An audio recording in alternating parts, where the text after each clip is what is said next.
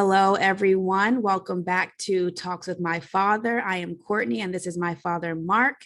And today we have a special treat for you all. We have a special guest joining us, and she'll be joining with us a little bit later.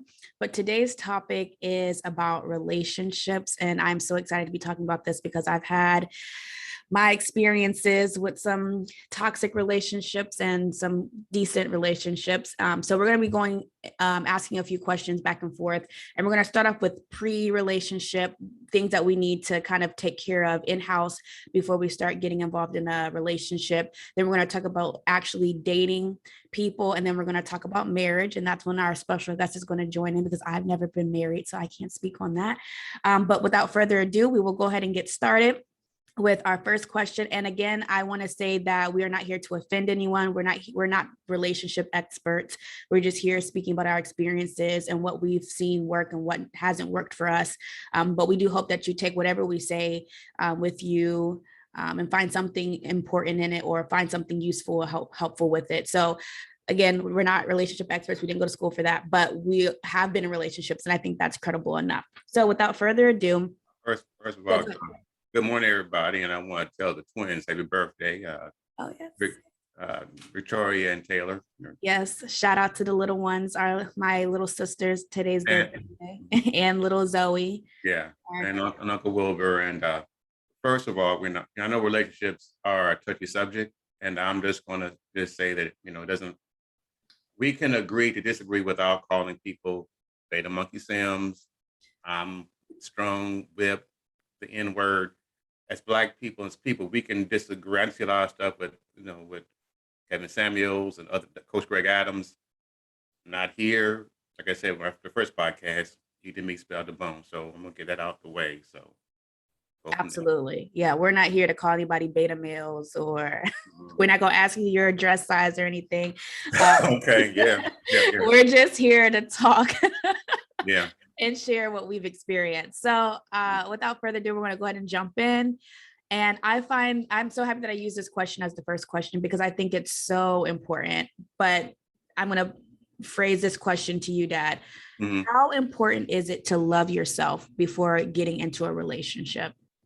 Oh, it's very important to love yourself. You can't help nobody else if you don't love yourself. You can't love someone else unless you love yourself. Before you get married or any relationship, you have to take accountability of yourself. There's some things that you bring to the table that another person may not like. And so you got to love yourself first and accept yourself for who you are. It's acceptance. And so you can't heal some of the trauma if you got it yourself. So that's the first thing you got to do is love yourself, accept yourself for your good points. And now I'm going to say your bad points, the points you got to improve, because none of us are a finished project. Muhammad Ali said that if you're the same person at 50, where you were at 19, you haven't changed, you haven't grown. Mm-hmm. So you got to grow. And so, I'm not the same person I was at 25. Now I'm 53 with being married almost 30 years and having 4 children. My life experiences have made me change. And my views have changed. So you got to love yourself. I agree with that. I think that's so important. I feel like a lot of people don't fully love themselves. And I know it's a process. And I know it is something that you have to learn to do because we are our worst critics. I think can be very critical of ourselves.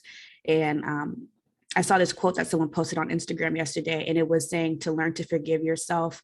And they listed out the things that we need to forgive ourselves for, that we're easily able to forgive other people for, but we're not able to forgive ourselves. So that kind of ties in with loving yourself first and being able to forgive yourself as well for not being perfect, because we're not perfect, like you said. With that being said, and I'm curious to hear this because I've had some guys that were not in the best of shape when I met them.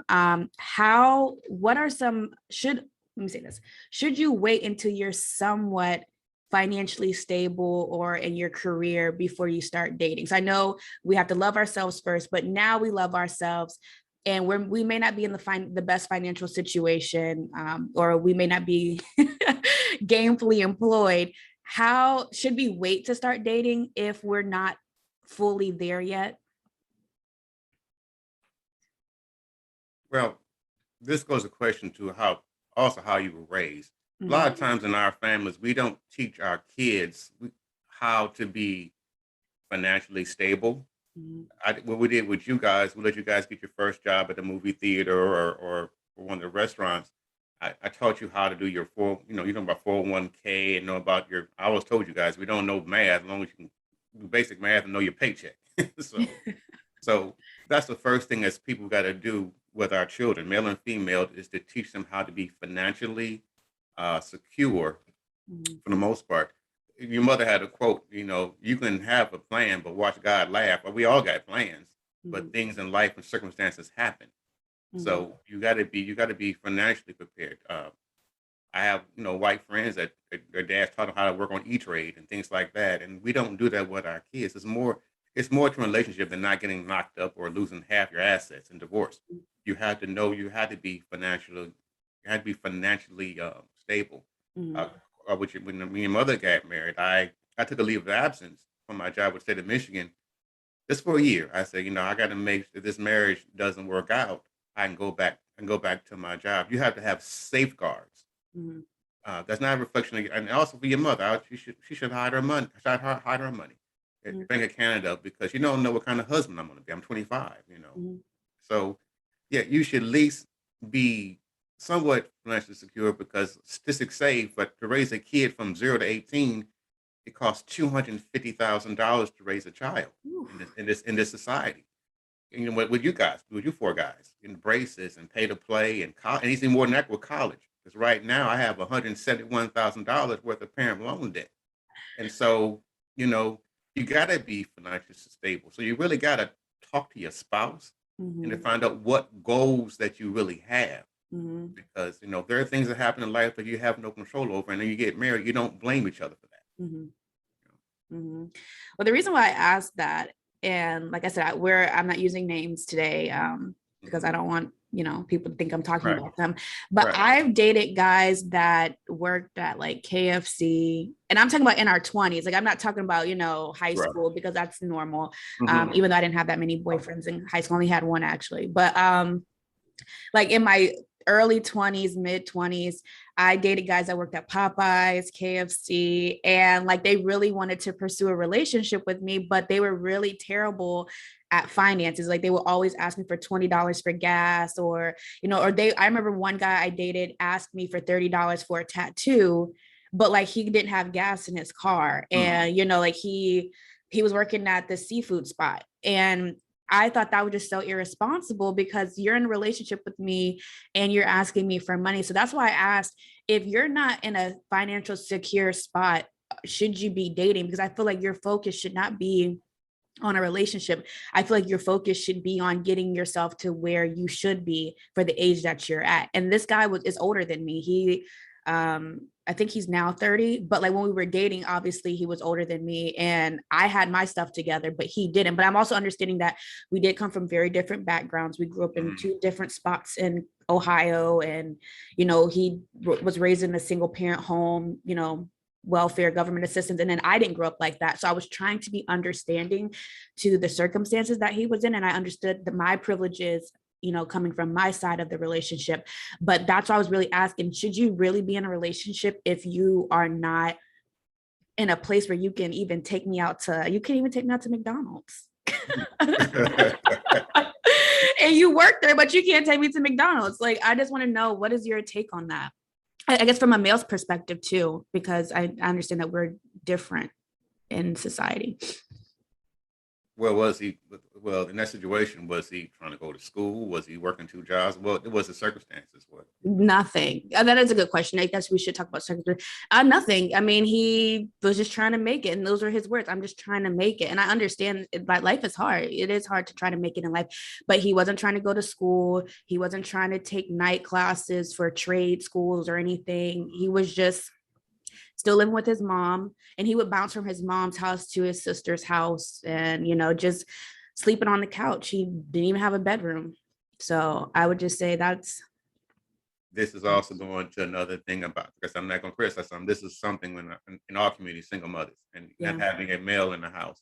Mhm. That's when you're dating. That's the vetting. That's the vetting process. Yeah. Okay, this is a person. Okay, we're not at the same level right now. Mhm. That's not to say that he's a bad person because your goals and his goals may not be the same. You both come from different backgrounds. That's where dating comes in place. They say, this is something I can deal with and I can't deal with. And you use that as, you know, in the future, you say, okay, I've seen this before. Mhm. Every relationship doesn't have to end in marriage, whatever. It can Mhm. be a friendship, or you can be a mentor. It's like, hey, right now, this is what in my house, what we did. Maybe you should go to community college, or maybe you go upper management. Mhm. Be at that point, don't be a girlfriend, be a mentor to maybe, if he wants to accept it. Sometimes people are happy where they're at. Yeah. So that's not a reflection on them. I don't, I've worked 2 full times, as you know, so I'm not going to put down a person for their status where they're at, but tell them that maybe you should pick some, do they have tuition reimbursement at that job or whatever. It's up to that. It's up to individuals, persons, what their goals are. So Mhm. at that point, maybe you're not, maybe that's a person that, hey, Yeah. hate to say it like a girl, be friends. And he's like and he's a really good friend. Like I said, I don't want to talk negatively about anyone because that is Yeah. me. I am Right. all about positive, Right. vibes and things like that. He's a great friend, and Yeah. we're still friends, and we just realized that, hey, you're just not at the spot where I need you to be at Yeah. right Yeah. now. And and he didn't want to hold me back, so he understood, like, hey, you have a lot going on. You're At the time I was still at Harvard, Yeah. oh, you're at Harvard, like, you deserve someone who can give you the things that you want, because I can't give it to you. And that's really good, because I don't believe that all relationships should end bitterly. And it's so funny because a lot of my friends say, oh, like, you're still friends with some of your exes. And I'm like, yeah, because we were friends at one point, like, we actually had things in common. And while we understand that the relationship is over, like, our friendship didn't end, so I believe that we can still be friends. But now there are some exes that it's like, Right. Right. it's a wrap, you out my life forever, because there were things that just you can't come back from.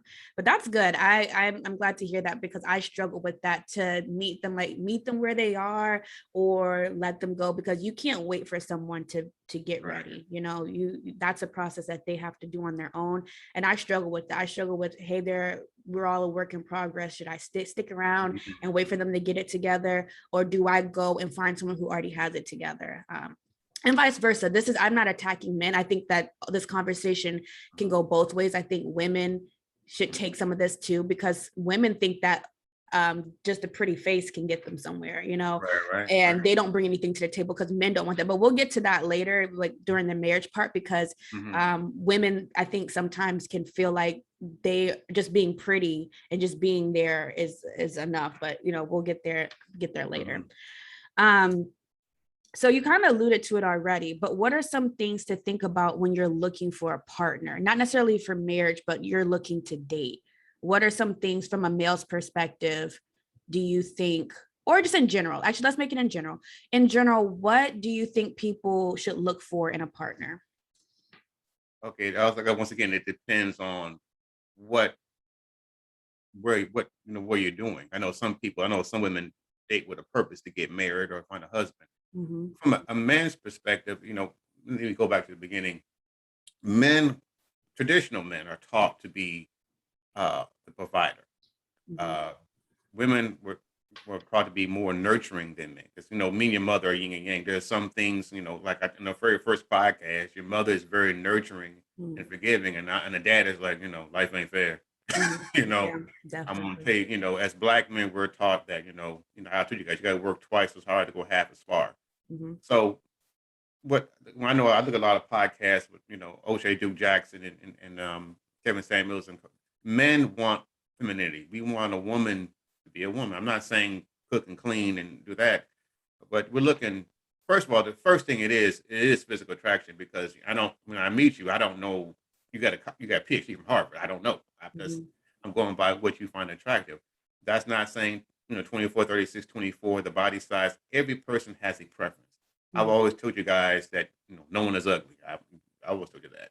If you like a handsome husky, handsome Adonis, a pretty plus, a bony skinny tenderoni, that's the first thing.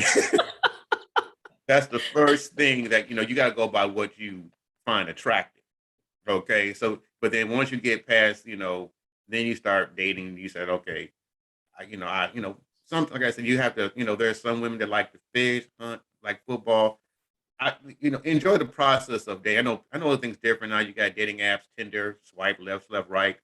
But I know time's different than when I was in my 20s and the 90s, 80s and 90s. So, you know, a person's attractiveness, and then you go from there to see if you have something in common.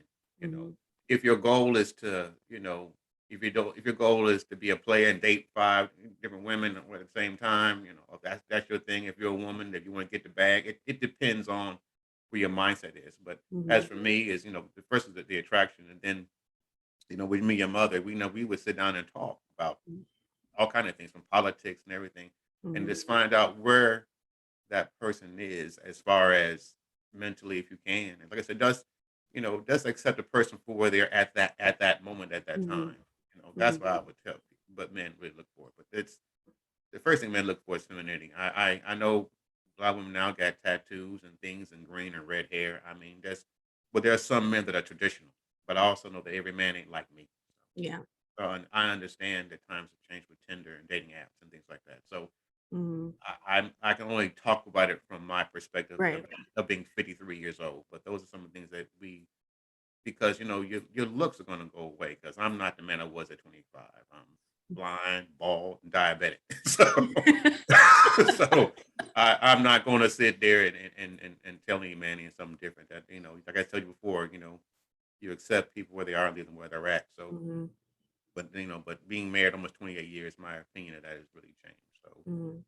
I know mom always said make a list of what you want and things that you can't compromise on. I know I make that now, right.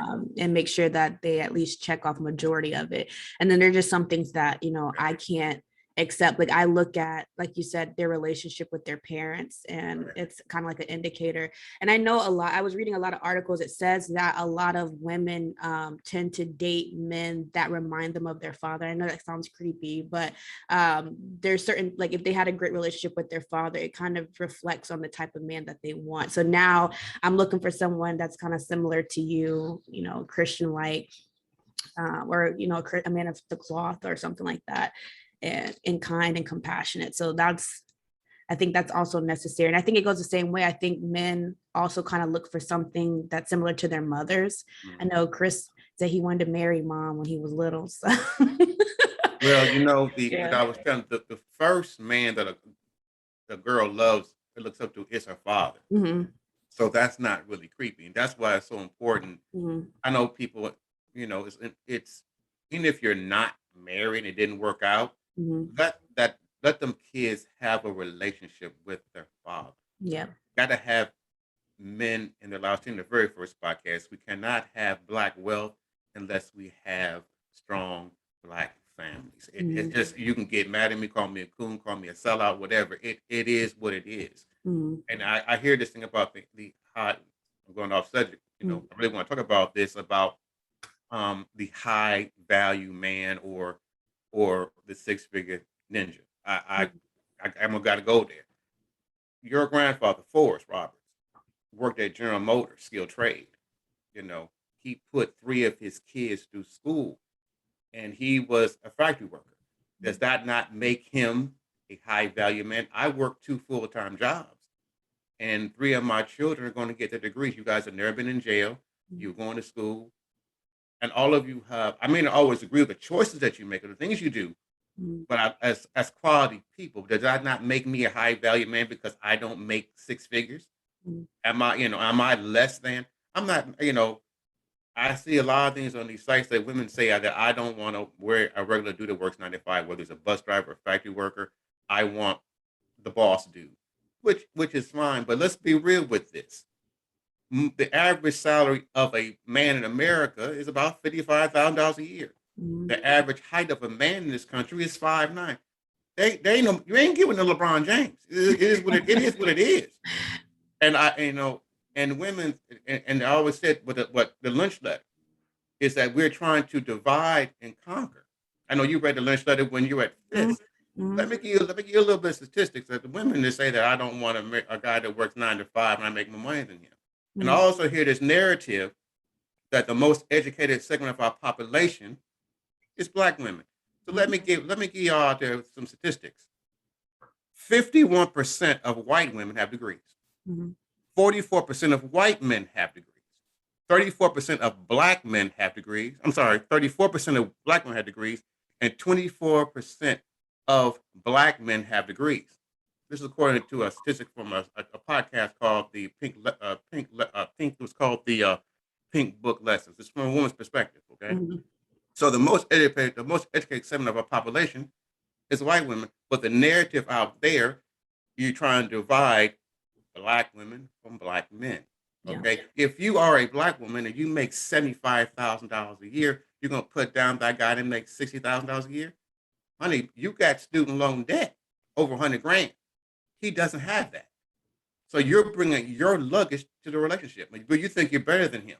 Your brother's finding out right now that he has a degree in a person, and he has a degree. He's working on a job that didn't require it. He got Yep. student loan debt, and Yep. the person right next to him got a high school diploma. Yep. So don't let society or mass media pull this division between us.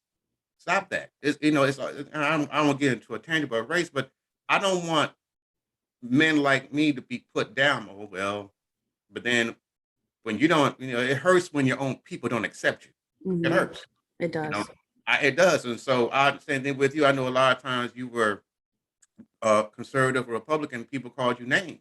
There are Mhm. two type of Republicans. There Yep. are Republicans that are about dividing race, and there's some Republicans when I grew up and when Reagan was president about financial responsibility Yep. and Mhm. also having a strong defense. There are some racial components in that, of course there is, Yeah. but there is the same thing with feminism. There's Mhm. two different types. I know we talk about this all the time. I can't stand that. First of all, there's feminism for white women, Yep. and sometimes it ain't for us as for black women. Nope. There's some now the old feminists were right. You should get paid equally doing the same job as a man. Mhm. And there are some things that the feminist movement has done. Maternity leave, Yep. that helps. FMLA for people like me that have a spouse that is sick. No one should lose their job because they're pregnant. Mhm. Also, men get maternity leaves now, but the feminism now, the sexual revolution is saying that, oh, I can do what a man does and I can do what I want to do and there's no one tell nothing about it. Mhm. That's not what men signed up for. Mhm. And so now you got women that are paying, like Holly Berry, she had to pay child support. Yep. And she said, oh, that's unfair. Well, men get that all the time. Yep. Mary J. Blige, Kelly Clarkson. These are Yeah. all women that pay alimony. But if you want equality with men, that comes with it. I agree 100%. I know this is off subject, and I Yeah. really want to come back and talk about this Yeah. in another podcast because I did a lot of talks and seminars on feminism and things like that because I'm the head of the Women in NAACP of Brockton. So I do a lot of events like that. Mhm. And I had to remind people that they were praising these white women for the feminist movement. And I'm like, but you remember that they weren't fighting for our rights. And when I say our, I mean Black women. Yeah. And I was reading and doing research because I wanted to be credible and knowledgeable on the subject. They had all the Black women in the back of the protest line because they didn't want them to be seen. So back then, Delta Sigma Theta and Alpha Kappa Alpha sororities. Unfortunately, my sorority wasn't, founded yet to be a part of it, but they were all the way in the back. And, these white women were like, oh, I didn't know that happened. I'm like, yes, because you need to read, you need to look at these things. I don't like the feminist movement for the simple reason that it always excluded Black women, and they really were one of the main people to do the pipeline to prison thing for the Black male, and that broke up Black families, which hurt Black women trying to raise their sons. And now this is this continuous cycle of men coming from damaged homes, and and it's a long effect that we're still affecting it now. And there's men that I know, friends, not necessarily exes or boyfriends, that are really hurt because their fathers weren't there. It really bothers them, and you could see the pain on them because of that. But yeah, I know that's off subject, and we'll reel it back in, but that's very important to do that, to think about the differences in the feminist movement, things like that. So to bring it back, do you feel that people rush into relationships because they're afraid to be alone? Once again, that's a individual thing about what they. That goes back to loving yourself. I mean, I always said that. Told your mother, if you never met me, you would still be a good person. You would still be loving, be the kind of person you are now. Mhm. You don't. I don't need another person to define who I am. You don't need to be married to define who you are. So many times in this country that we, in general, we want the acceptance of other people. Mhm. And I said, you have to accept yourself. If you would like to be married, and then don't get married, get married. If that's what, for the reasons, whether it's start a family, a legacy, whatever. Everybody gets married for different reasons. Yeah. Some people get married because they seen their parents get married. Some people get married because they want to combine wealth, or they don't want struggle love, or whatever. So there has to have a reason why you do it. I didn't even know you knew that. Oh Struggle my! love. Oh, I look a little. I got struggle love right now. I told you how much student loan debt I got, and I got a mortgage, and fighting through a pandemic and everything. Yeah, I got no about struggle love. We all do. I live in struggle love too. Yes, And the reason why I asked that is because I see a lot of my friends in relationships that, and I don't validate anyone's relationships. I don't validate people's feelings. I think I'm just the outsider looking in. I don't know every aspect of people's relationships, and I don't get involved. Like right. I've had that mistake where I've gotten involved in people's relationships when I was younger, like in high school and like early undergrad. And then like the girl would be like, "Oh, we're gonna key his car and we're gonna put shit in his gas tank. We're gonna paintball his car." I remember one of my friends pulled me into that, and then they got right back together the next week. And now Oh yeah. now the guy hates me because I was involved in that. So I've learned to just not get involved. If people want to vent to me, I'm like, look, I'll listen, but I have nothing to say. I'm like, look, I'm not even in a relationship. I got struggle love too. So I can't even help you right now. But I think that like so many times women stay in relationships that I know or look at and have the opinion like this is not right. And I feel like they bounce from relationship. And that I feel like some of my friends, not all, they'll get out of a relationship and they'll go right into another relationship like a week later.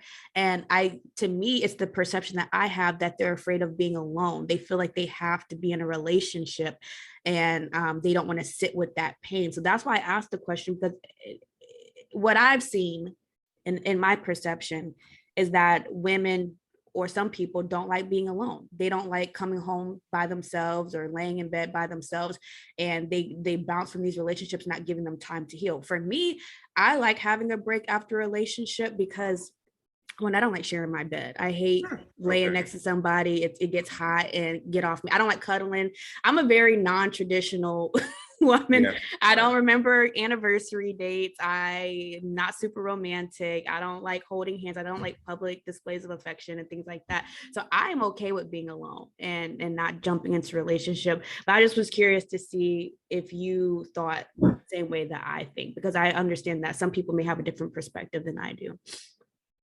Well, like I said, it's all about loving yourself. Sometimes when you're by yourself, that's the time that you get to reflect of the things that worked and that didn't work. I mean, even Jesus, our Lord and Savior, but fasted for 40 days and 40 nights, and he was by himself when he got tempted by the devil. So all of us, I like, you guys know me when I cut the grass. That's my prayer room, talking to God. And Mhm. a lot of decisions that I made in my life, I've made them by myself and no one around, talking to your mother or whatever. So it depends on the person loving themselves. And like I said, a person shouldn't need another person to validate their importance. Exactly.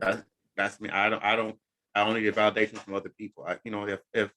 If I didn't get married, I would get my validation from helping other people, whether it's through my church or whether through being a mentor to the girls and boys club. There's so many things when you're by yourself.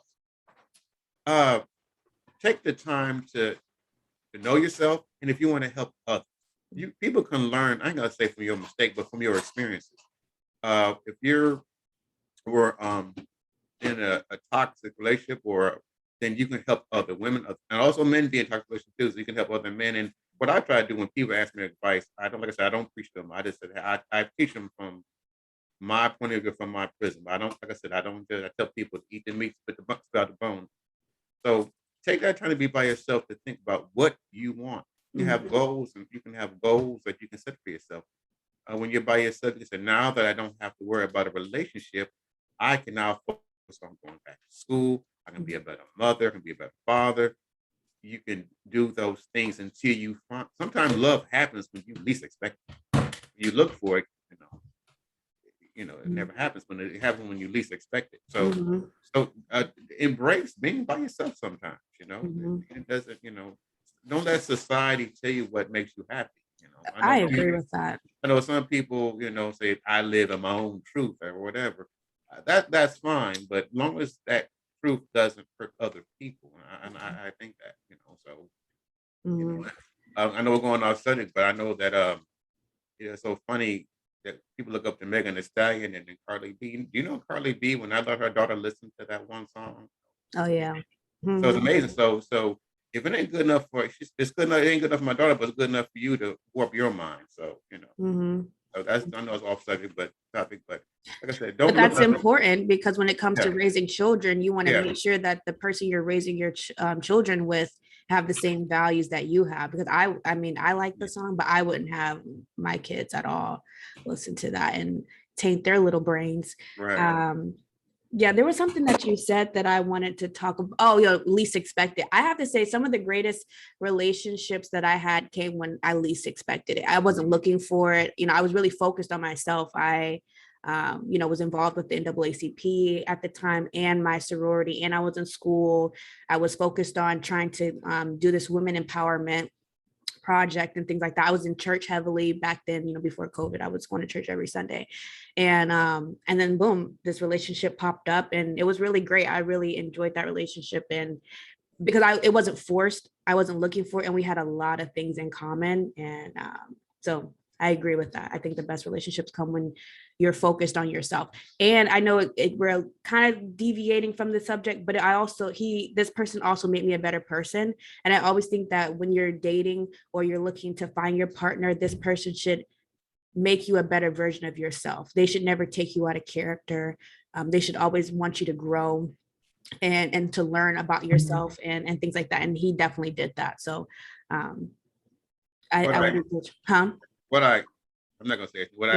What you told me about that person. He Mhm. said there were certain values and principles. He said a lot of them are gonna make fun of me for saying this or what I believe, but a strong man, a high value man, what you want to call it, he stands on the principles what he believes in, and he Mhm. doesn't care what no one thinks. Like I tell you Mhm. all the time when we start this podcast, I'm going to stand on my principles, and Mhm. you don't like it. He had very great principles, and he didn't make a So lot of money. I made yeah, more money than he did, yeah, and that didn't bother me, and it didn't bother him. I don't think he was intimidated by how much money I made.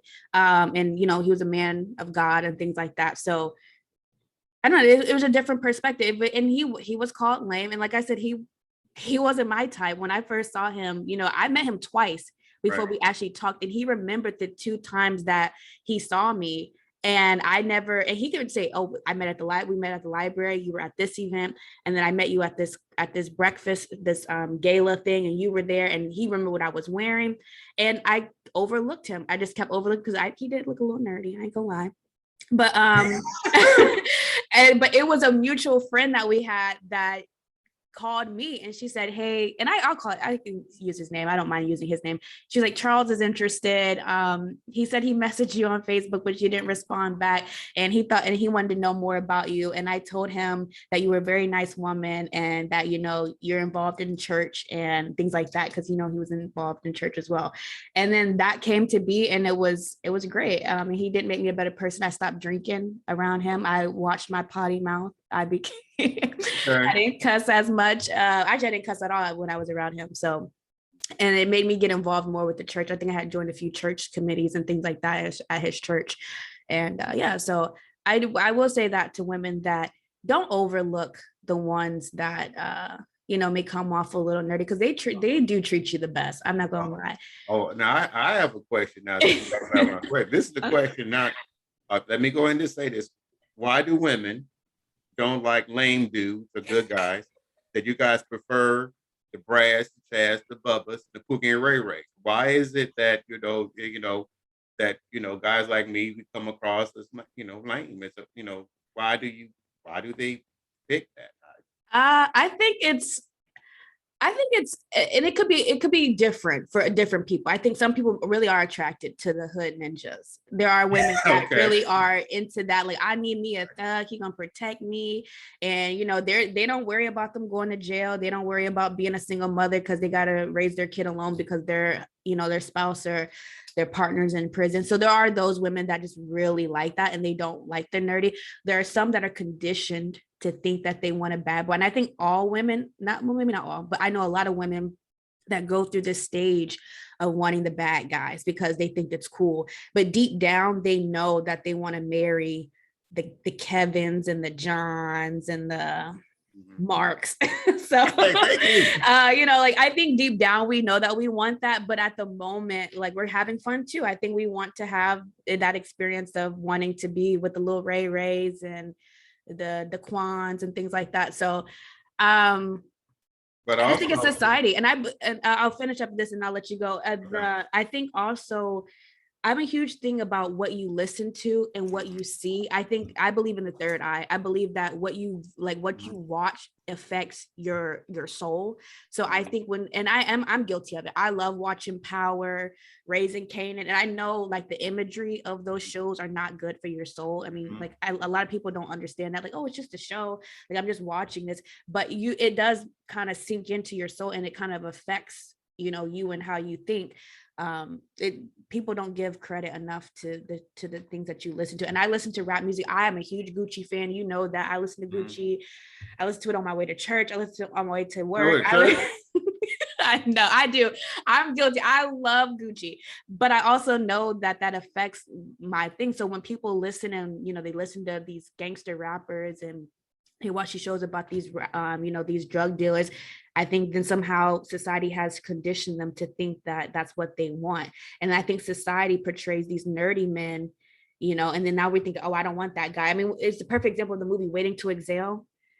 I forgot her name. I think she's so pretty too. The actress, she was with this fat little frumpy looking dude that she worked with. And she liked that one guy, the guy that ended up getting her pregnant, and he was just a no good guy. Okay. She I don't, you've seen that movie, right? Ready? Yeah. You know which yeah, I know I'm talking about. Yeah. So she ended up getting pregnant by him, but then turned down the nerdy dude. I think he was like an accountant or something like that. Right. And then he ended up showing up to the club with a different woman because she valued him and she saw past his looks. And I think it kind of hurt the actress in the movie, or the character she played.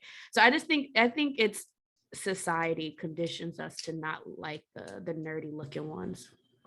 But then again, is it fair for a man who's going to school, went to school for 4 years, whatever, got his PhD or bachelor's or whatever, internship, and decides that I have other options, whether it's a white woman or Latino or Dominican, but then that guy is called a lame, or he's a coon, or a disgrace to his race because he was turned down by his own people. So I don't think it's fair. I don't think it's fair to criticize a man who's tried to be with a Black woman, to try to love them. I'm always in the middle. I have to agree with Dr. Umar Johnson. I don't like the snow bunny crisis. Okay. But I also understand that love is love. If you fall in love with someone outside of your race, who am I to say that you can't love them? Life is too short to go through life and not experience love. I think everyone should experience love in whatever form. If it's not marriage, because I don't necessarily, I'm not against marriage, but I'm not saying that to be complete, you have to be married. But I think that in your lifetime, you should at least experience love at least once. And if it's with another race, then who am I to say? I don't validate your relationship. It doesn't bother me.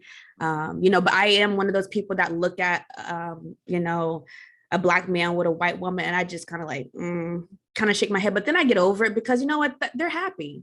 They're happy. And I don't know who I'm going to marry. I hope it's a Black man, but love might come from a different race for me. So I don't fault or blame or criticize a Black man for loving someone else. If they love them back and they truly love them back, then I'm happy for them. Now, I do understand that, and I was reading this article about this football player. He turned down he had a Black girlfriend. And then right before he became an NFL player, broke up with their girlfriend, married a white woman, and now the white woman is divorcing him, and she's taking like trying to take all his money. And then I kind of like laugh on the inside and I'm like, well, a Black woman wouldn't have done that. She would have. Yeah, she would have. If they Yeah, are. I think Black women are more loyal than what we like. We don't get enough credit. I think we're loyal. I think we stay down with our man. Not all, but I really think that majority of us will stick it out. I mean, look at all the if you look at all the NFL players or all the celebrities, they all started off with a Black woman while they were working to get to where they are, and then they marry outside of their race. They get these exotic looking women, or they marry white women, and then you see these cases of where they leave, or they get injured, they can't play anymore, or they use up all their money. Because I think a lot of celebrities don't realize that you're not going to be famous forever. Eventually you're going to have to scale back on your luxury spending. And I think when women realize that the money's running low, then that's when they want to leave and get the next high value man. So that's why I love LeBron so much. He married his Black woman. They've been together forever, had Black kids. I really do idolize LeBron James. Well, I have certain friends that I work with. I know who you're talking for about. years, and I asked him. I said, he said, Mark. He says, when I was high school, Black girls never liked me. I tried, and he said, my girlfriend, my wife now, she liked me when I had nothing on the bike. And he says, I don't care what you ninjas say. So he defends her, and they love each other, and I let it go. All of us let it go because he that's his wife. All of us are a victim or not a victim of our circumstances. And if I'm like this, I like who like me, and that's what you like. Okay. I agree. You gotta like who likes you. Yeah. And I want to leave this message before we go to the next question, but this is why it's so important for Black women to praise and give credit to the Black man and vice versa. I think Black men should also uplift Black women, because I tell people all the time, and I love Malcolm X. He's one of my favorite people. He said the most disrespected and unprotected person in the world is the Black woman. And that's why it's so important to really uplift one another. And I say this for the Black community, really uplift one another, because we can't tear each other down. We're already being torn down by other factors in society. And like you alluded to, the Willie Lynch letters, I read that at Fisk, and I obviously don't like Willie Lynch, but what he wrote centuries ago is still happening. Colorism, separating them, pitting them against each other, and we're still doing that right now. And I'm like, we're literally letting this racist white man centuries ago still divide us. Like, I can't do that. That's why I will never talk negatively about Black people. Like, where I work, there are some people, I'm not going to say names, but there are some people that want to pit me against another Black woman at my job. And there's only like a handful of us, a handful. Maybe I can count on one hand how many Black women work in my department. And there's another Black woman trying to pit us apart. And I tell her all the time, that's my friend.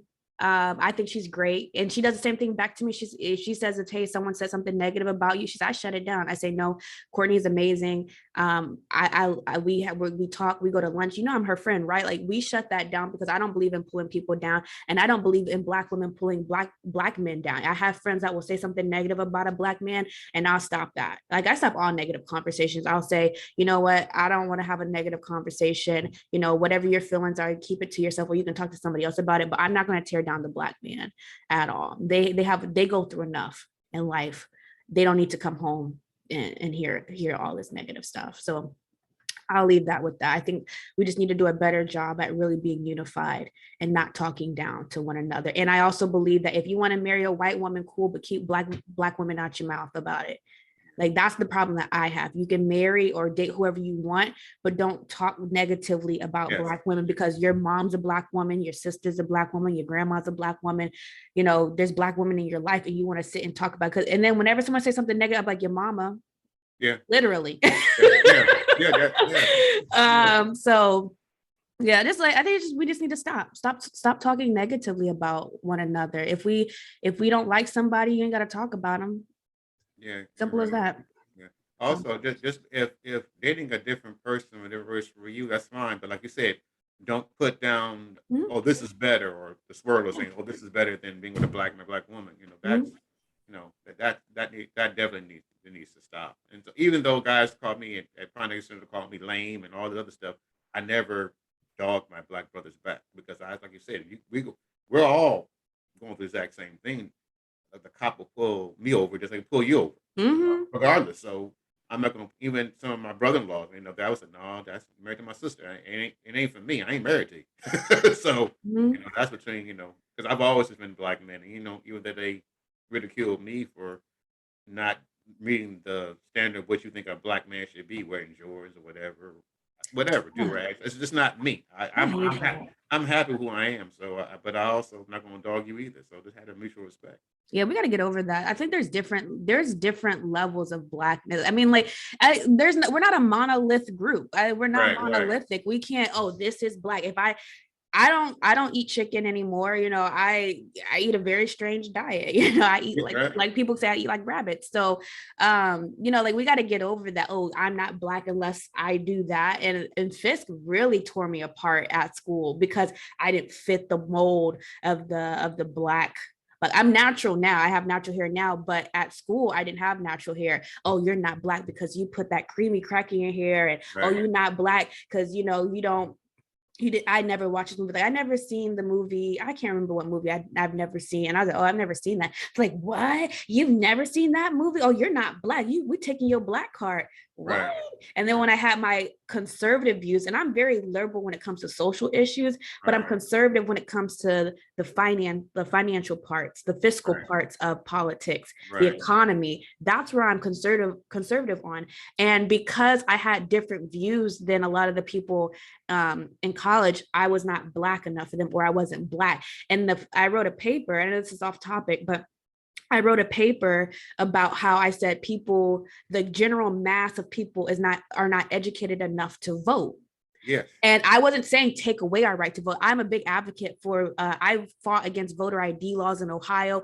I fought against it in Tennessee when I was in Tennessee. I'm fighting against it now in Massachusetts. I've always been a defender of our democracy and the right to vote, but I was just saying that we are not educated enough to vote. And then boom, right after we graduated, who became president? I ain't gonna say his name because he ain't worthy of saying his name, but who became president?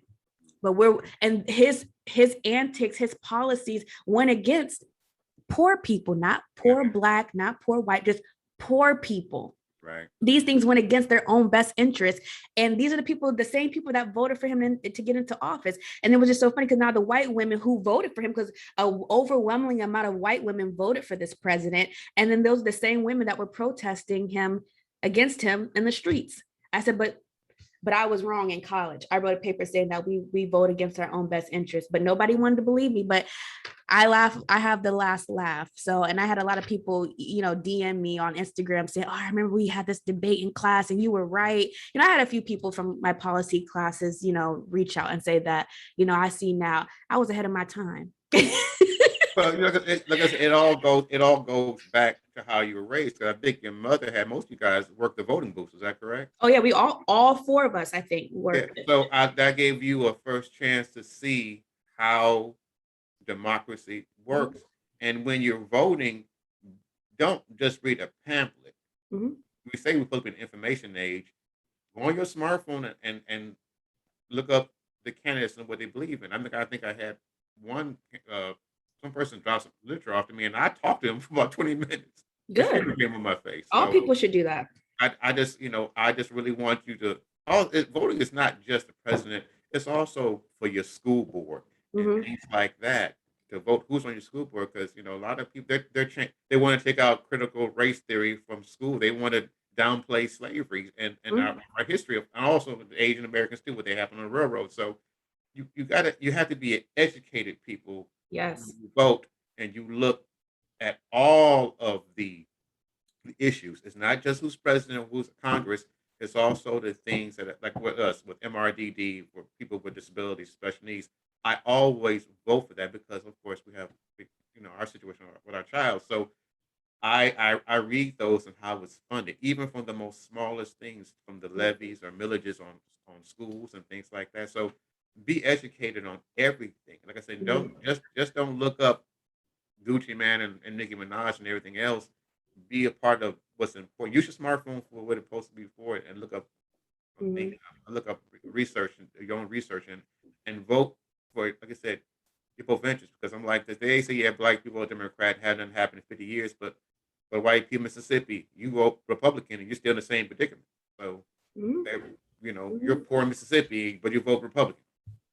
I will never understand that. I will never understand that. I think I want to do more research on that now that I'm finally done with my master's. I think now Yeah, I yeah, want to go and do my own leisure reading on that. But I want to know why people vote against their own best interest and why people don't read. And then why people less than 50% of people vote for the president during the presidential elections, and less than I want to say 40% vote for local elections. And these are the people that represent us. They go to DC and represent us, and you don't even want to vote for them. People don't, I ask people, do you know who your senators are? They don't know who their senators are. The only reason why they know Senator Warren is because, she was running for president, but that was the only reason why they knew her. They didn't know the other senator. I'm like, you have two, right? So, yeah, that's another topic I'm happy to talk about. I could talk about yeah. politics all day.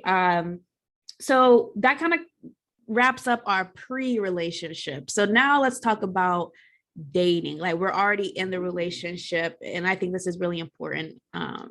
Another important topic: compromise. I that's just so hard for me. How do you compromise in a relationship on things that you cannot compromise on? And I know this it's an open-ended question. It's got multiple layers, but for you and your perspective and your experiences, how much should you compromise? And you're not married. This is not marriage yet. We're not on that subject. We're just dating. How do you compromise on things that you really can't compromise on? I think you cannot. Yeah. I have to end it. I mean, if you can't change a person. Yeah. So when your mother talk about this too, if there's some people that are happy where they're at, if we're talking about that high value man, if your goal is to move up the corporate ladder and his or she goal is to be happy making $65,000 a year, you ain't gonna change that person. If Mm-mm. that person, if a man wants you to be submissive and you don't want to do it, ain't gonna happen.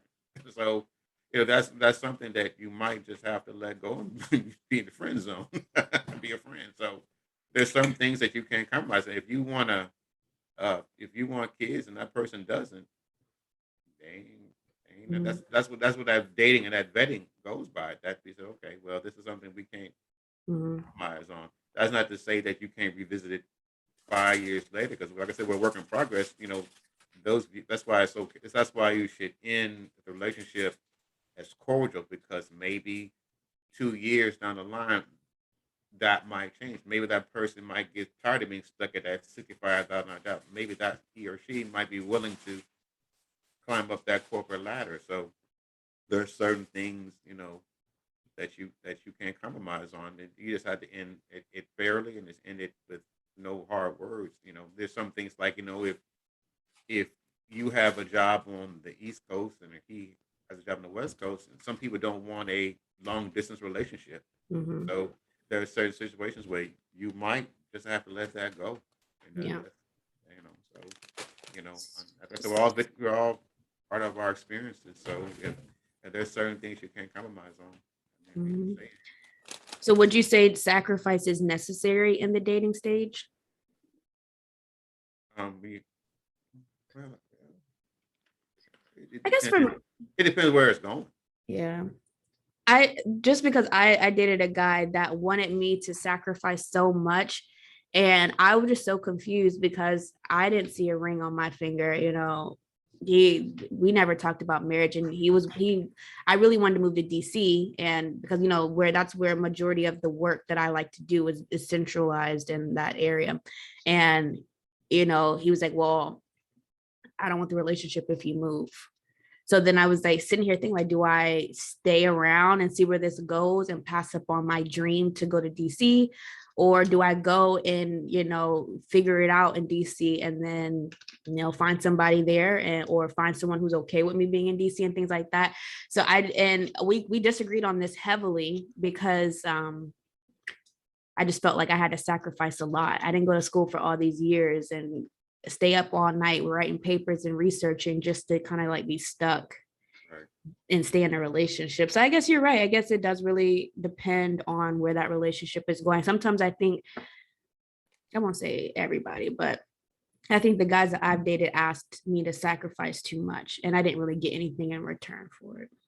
Well, me and your mother had that same Mhm. conversation back in 1993, that she asked me, there was opportunity for her to work at Frontier Communication, where she used to work at in Mhm. Tennessee, I think Nashville or here. And I told her to take it because, you don't know where this relationship may or may not go. I don't want to do nothing to you that'll, even if we're not together, I don't want you to say, oh, I gave an opportunity of a lifetime to Mhm. be with him and he's not even with me. So I respected she's my wife. I respect girlfriend at the time. I respect her as a woman to let her make that decision on it. Eventually I came and followed, but I just said, I love you enough as a person to climb the corporate ladder, to let the old saying goes, if you let go of something come back to you, it's meant for you. I love Dawn as a person. I even told my mother, I said, when we're dating, I said, even if Dawn does not marry me, I hope that she's a good mother, a good wife to somebody even ain't me. Mhm. So if a man loves you, they'll compromise, but there's no compromise there, then it's time to let on both sides, vice versa. So, your Mhm. mother never said, well, you got to give up like the Dallas Cowboys, and I got to, she never said that. She says, I know you're going to watch sports on Saturday, so that ain't going to change. Mhm. So, there are some things you compromise on, and some things, but early on in your career, in your 20s, knowing that you want to go to Washington, D.C., you got a degree in political science, that's the place to go. That's where the lobbyists are, our Mhm. senators are, and people that change policies. That's what the Mhm. Supreme Court is. So if a man loves you, then or vice versa, if he can have the business there, he can start a business in D.C. or the Tri area. So, Mhm. if you made it one place, you can make it someplace else. But if you're going to do that, he's got to put a ring on your finger. I know that's traditional, old, but Mhm. because you're both making a life changing decision, and you got to be all in, Yeah. 100%, 100%. This is not me being a simp or being what they want to call me, or just being whipped by a woman. It's just what it is. Mhm. I hate that term. If a man shows any type of love or compassion for a woman, now they're a simp. No, God. but that's just like I said. That's being that's just being in this That's being a society. man. Well, in this society, let's say this a new thing. A lot of marriages end in divorce, and we don't have these men now that back when I was in the very first podcast, I had teachers, I had deacons. I could look at my own family for advice, Mhm. and so I don't. Like I said, I know times changed from 1979 to now, so I don't. When I was 11 years old and I had people talking to me, I know that I live in different times, so I accept it for what it is. Mhm. Like I said, I stand on my truth. If I'm a Sim, okay, oh well. I've been married 28 years. It worked with me. Work for you. Well, yeah. Um, I guess this all kind of ties into, do you think it hurts or damages the relationship if we give our partner wifey or husband benefits before we're actually married? And there's a perfect quote that I associate that with, and it's, why give the man milk if they can have the whole cow? So I've seen people give their men wifey benefits or husband benefits and they're not married. And I feel like, and I could be wrong, and I'm willing to say that I'm wrong because I've never been married. Hmm. I think the longest relationship I've had was 4 years. So I am not saying that my thinking is right, and I'm willing to accept that I may be wrong. But do you think it's okay to, does a man still appreciate or value a woman that's willing to give him all the benefits that a marriage would give without actually marrying her? Because then he feels like, I don't need to marry her because I'm getting whatever I want from her already. Do you think that hurts the relationship?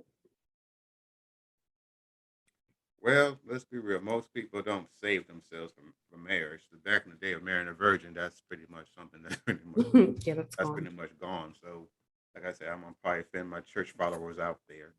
Um, so, so you know, back in the '70s, where when I think you know, some people lived together before they got married, and sometimes it works. You know, um, it's a personal choice. I mean, like I said, you gotta know where it's going. In Mhm. in this society, we devalue marriage. So, like you said, if a man, like I told you, loves his wife or loves his girlfriend, he's a simp. So, people devalue marriage, and so like I said, that's a question that people they live together, they have kids without being married. So you're already giving the benefits of each other. Mhm. So Do you think it do you think it kind of gives men gets them off the hook if they're getting everything, like they live together, they have the kids? And I know now they have like this common law marriage where if you live with somebody, I think like 5 years you're married or whatever. Do you think that goes against or counters women's objective to get married? Because if they're giving this man everything, to me, I think they wouldn't want to marry them. Like, oh, I why we live together, we got 3 kids together, we go half on the bills already, like why do you want to get married? Do you think that that deters them from doing that? no, but no, because a piece of paper. Once again, I'm gonna offend my church followers. A piece of paper shouldn't change Mm-hmm. you. You know, I do right by your mother, not because of the marriage license. I just love her. I respect her, and I hope it's vice versa. I'm gonna do for my family, regardless. I need a piece of paper or not. Mm-hmm. Law's gonna make me. Law's gonna make me do what's right, whether it's divorce, Mm-hmm. whatever, child support. Um, that's a touchy subject, but it's also up to the individual. Like I said, our society's changed, so that is to a point. Then why get married, but also you gotta show that person that you're worthy of marriage. Mm-hmm. It's up to people to set the standard. You can set the standard. I'm not going to. Back in our day, if a girl didn't give it up, she was called a tease or whatever. But she's got to stand on her values and her principles and how she was raised. And if a same thing with your male friend, he said, "Hey, I don't believe in this. I don't believe in being intimate until I'm married." And Mm-hmm. he stood on his Yeah, values, you and sure which is did. very rare. So as a woman or a man, you have to stand your principles. And if that person is not willing to wait, then let it go. No one Mm-hmm. should make you do something that you don't believe in. That they should respect you as a person. Same way I respected your mother, and she respected me. Like I said, I know I've come short of the glory of God, but I got married, so I got rid of you know that sin or you want to call it. But I knew I was going to get married, and I forgave myself, and I got married. It just like I said, it's an opinion. Everybody got different reasons. Everybody get married for different reasons. You got some Mm-hmm. Muslims that they have more than one wife, and there's some people that are Christian and don't believe in sex before marriage. So I can look at No. that both. I can look at that both ways. Some people or Mormons can have more than one wife. So Mm-hmm. it depends on your circumstances. If if you're going towards marriage, then fine. But like I said, a piece of paper shouldn't change anything. But for some people it does. Mm-hmm. Well, I'm gonna put this out here. I'm gonna shoot my shot. If there's a Christian old school man around my age, so 27-ish, I am single. I like the old school love. I like the doors being open. I like the old school. I like waiting for marriage. So I'm gonna put that out there for my future husband that may or may not be listening. So um next question. Do you think people rush marriage? Do you think nowadays people rush marriage? I don't really think people. I really don't think people promote marriage anymore. I just like to old school love. I don't. I would like to think it's because I don't know everybody. Mhm. Uh, I don't know. I just you should never rush marriage because like I said, half of all marriage end in divorce, Mhm. and I don't think you should rush it. Yeah. Just take your time, and because you it's more like I was telling you guys, it's more than just affects you. It affects the kids you bring into the world, and I just don't think people. I really don't think people are prepared for marriage. One of the things I loved about your mother when we were dating. and we had really wonderful conversations. She always said that her grandmothers on both sides said that, make sure you do all the things you want to do before you get married, because when you get married, it's going to be 30-year mortgages, kids, things like that, Mhm. and sacrifices, and that's what I really loved about your mother is how she was raised, and how those things. I still talk about that. They've been married almost 28 years, and I still like that. And when you're vetting and talking to each other, I really liked how she was raised in her background. That's not saying go out there and be a Tatiana, go out there and just do what you want to do, but it's just saying that to experience experience life, and when you get married, you try not to have this regrets. Oh, I wish I could have did that. You know, be serious when you get married, because it's a life lesson. It's lifelong. You know, and it is good to grow old together and to have those experiences together. As a father, I enjoyed going to see movies with you, from Shrek to all those movies. I enjoyed going trick or treating with you guys. I took off work to go trick or treating with you I guys. love trick or treating. I enjoyed, even though the Westgate Patriot cheerleaders. I enjoyed you and Taylor doing that. I really did it. I really did enjoy being a dad, and I enjoyed it. Even coaching Christopher's basketball team, the Lakers and the Pistons, and when I couldn't make it, your mother win, and she brought snacks. I enjoyed every aspect of it for me, and maybe for everybody else. Mhm. But I grew into it. I didn't know everything at 25, and I had good examples. And so don't rush into marriage. Just take your time, and Mhm. it's, I always say, it's acceptance, and it's good when a person loves you from an afro to a Jerry curl to a high top fade to no edges. It's very wonderful. It's very wonderful for someone to love you from thick and thin. So so to me, I enjoy that. So I enjoy the journey, and I think too many people get caught up in trying to get acceptance from other people. If you're happy in a marriage, fine. If you're happy being by yourself too, like I said, learn to love yourself, and just that's basically it. Mhm. I hope I answered your question and you get Yeah, your. yeah, it did. It did. Mhm. A few more questions, and then we're going to move into the marriage section, and then we're going to introduce our special guest. Then, um, this is something that I have to learn. Like you said, we're all, in a process of learning and being a better version of ourselves.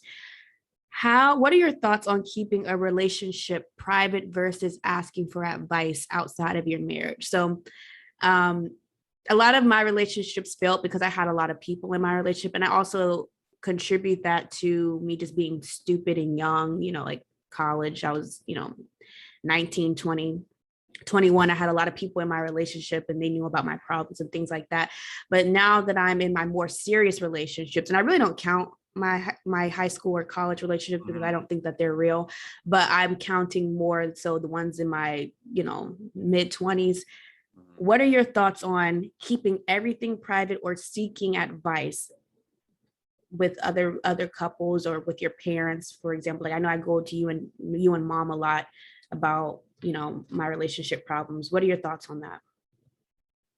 In a marriage, I think that you should, for the most, if it's nothing toxic or beating you up or anything, keep that private. Because with married people, it's very different, because you'll tell your mother, your father something, and by that time you didn't work it out, and they're still mad about it. When you first get married, you have to learn to depend on each other. Because me and mother were 4 hours away from Detroit or Pontiac. So we're close enough that we can go to Pontiac if we need help, and we're also far enough that our in-laws stay out of business until your mother-in-law my mother-in-law live 1.1 miles away. So for the most part, you try to keep it private, because, like I said, you get over it, but also when you get married, you have to say that these are the lines that you do not cross. I've always told, when I talk to your my mother-in-law, your grandmother privately, always say that, you may not like who your daughter's married to, but that husband, you don't see that person. There's a Mark you don't see. You might think that, like, you always gave me the greatest compliment. My father might be quiet, but when he talks, he makes sense. I'm not always going to talk the way that you want me to talk to you. I think women have this thing with communications that the way that you talk to your mother or your girlfriend is going to be different of how you talk to your husband. Mhm. I'm not going, the way that your mother talks to me, I said, look, I'm not Mamie. I'm not your mother. I'm your husband. I'm the father of your children. Mhm. The conversation that I have with as a husband, as a father, is going to be different than the conversation. Like women want me. You don't want a man to talk like a girlfriend. You don't want that. And Mhm. that's how men get put in that friend zone y'all putting people in because I'm 100% man. So try to keep your relationship private if it's not abusive. You come to me for advice as far as hey dad, how do you and mom been married 20 years? How do you handle your finances? Because I may have went through something in order to help you guys out. So Mhm. if you have questions about financing or relationships, you can talk to your mother, father, and also you can get advice from other married couple who's been Mhm. married, not 5 years. Talk to someone who's been married for 35, 40 years that you can go as a Mhm. reference to. Mhm. But talking about everything, oh, he didn't do this, he didn't do that, because I get a lot of criticism where people come to the house and say, oh, you know, your house is junky or this or whatever. And I say, you know what? Me and your mother had this understanding. I say, with your mother having multiple sclerosis, she says, I have to pick my battles. Yeah. Is it do I, with my fatigue, do I clean, wash dishes, or do I make dinner? I would rather her help you guys get through college and be well around people than clean. Eventually, the house will get clean. But Mhm. if me and her have that understanding between us two, Mhm. and we cool, I don't care. I gotta be me. What the hell you think? Mhm. Because it's me and her. I'm not married. I always tell people I don't have to. You don't have to understand men or women. Just understand the person you want to be with. I Mhm. don't have. I don't have to understand Kelly or Mhm. Mamie or Denise, Beverly or Pat. I Mhm. ain't married to them. That's their husband's job, and they be. It ain't for me. I don't never get involved in my siblings' relationships. I don't get. I don't care. It Mhm. ain't got nothing to do with me. I Mhm. used to tell when my siblings would talk about their husbands or whatever. I said, "Well, you've been with that man since 1972. He done something right. You wouldn't be there that long." So I don't. People say, "Oh, Mark don't care." I said, "No, I mean, you're happy. It ain't gonna do with me." you know? Yeah. I learned very early not to get involved in anybody's relationship, even my siblings' relationships. They, Yeah, they got their preferences and their stuff. I just listen. That's why I yeah, tell people now I'll listen. yeah. And I always say, do you want my advice? You want me to just listen? Hmm. What you want me to do? And then Yeah, when they tell me what they want, then I'll, and even then I'm still hesitant about, what advice I give them, because I don't want them like, oh, well, Courtney said, and now yeah. y'all talk about me and y'all relationship. Well, I don't like Courtney because she said X, Y, and Z. I've been in relationships where I had, and I'm wrong for it, and I'm going to admit to being wrong. I had my friends in my relationship and they were telling me what to do and what not to do, what to say to him and what not to say. And it came out in an argument. I said, well, so and so told me. He said, well, why are you Right. talking to her? That's between Yeah. us. That why are you worried now? And then now he doesn't like her. Oh, you can't hang out with her and this person's gone. But he was saying, oh, why are you listening to her? I'm not in a relationship with you. I mean, I'm not in a relationship with her. I'm not in a relationship with your other friend. I'm not in a relationship with your parents. He did say that. He's like, Right. you telling your parents all these things about me, and now I have to deal with that. He said, now you turn one problem into multiple problems. He said, our one problem was because you did X, Y, and Z. And now you're adding in talking to your friends about me, talking to your parents about me, and saying these negative things. So now it really did damage the relationship because I was listening to people outside of my relationship instead of trying to figure it out. Now there's other Right. layers of this things that were wrong in that relationship. So Right. that's neither here nor there. But I know on my part Right. that was wrong in letting people in, and I'm learning. And like I said, we're growing, we're learning, and as I'm growing and getting older, I'm learning to keep certain things private in my Hmm. relationship. And Right. I try to encourage my other friends. I have a friend that got married not too long ago. I did kind of think she, moved a little too fast, but she would vent to me about certain things. And I even told her, I said, hey, I really appreciate that you value my opinion and that you're coming to me, you trust me. But I think that this is a conversation that you might want to have with your husband. And I Yes. think you need to be careful about telling people. And we have this type of, well, we did have that type of friendship where we could be honest with each other. And I would tell her, hey, be careful who you tell your marriage problems to. Yeah. And I even encouraged her to talk to you and mom. I said, Right. I can't speak on marriage because I've never been in that situation. I've never even been engaged or proposed to or anything. Like I've never experienced that. I think you need to talk to someone who's been married for X amount of years, who's put their kids through school, who's dealing with a lot more than what you're dealing with right now, and talk to them. So I've even encouraged my friends to not be so open about the things that they talk about. And I understand that, sometimes you need to just vent and get things off. I'm a huge person into venting. I vent to mom all the time, but it's just being mindful of the things that you vent about, because once that information is out there, it's very hard to get that information back into your relationship. Yeah, one of the hardest things about, when you get married, it's hard to, to fight your spouse and your in-laws. That's something that you shouldn't do. There's enough things in the world that you have to fight. Mm-hmm. You shouldn't have to fight other people, other people's opinion, because Yeah. they don't live here. And of course, if you're in a bad relationship, yes, tell me or tell Yeah. someone. But as far as, he forgot my birthday Or to put the toilet seat down, because yeah, oh yeah, I'm quite sure. Or the ketchup on the ketchup bottle, or oh, your magic shaving cream. Your mother don't like that, but so grinds my gears. yeah, yeah, so, Shoes in the middle of the floor. Oh, yeah, that gets on my nerves. yeah. Yeah. So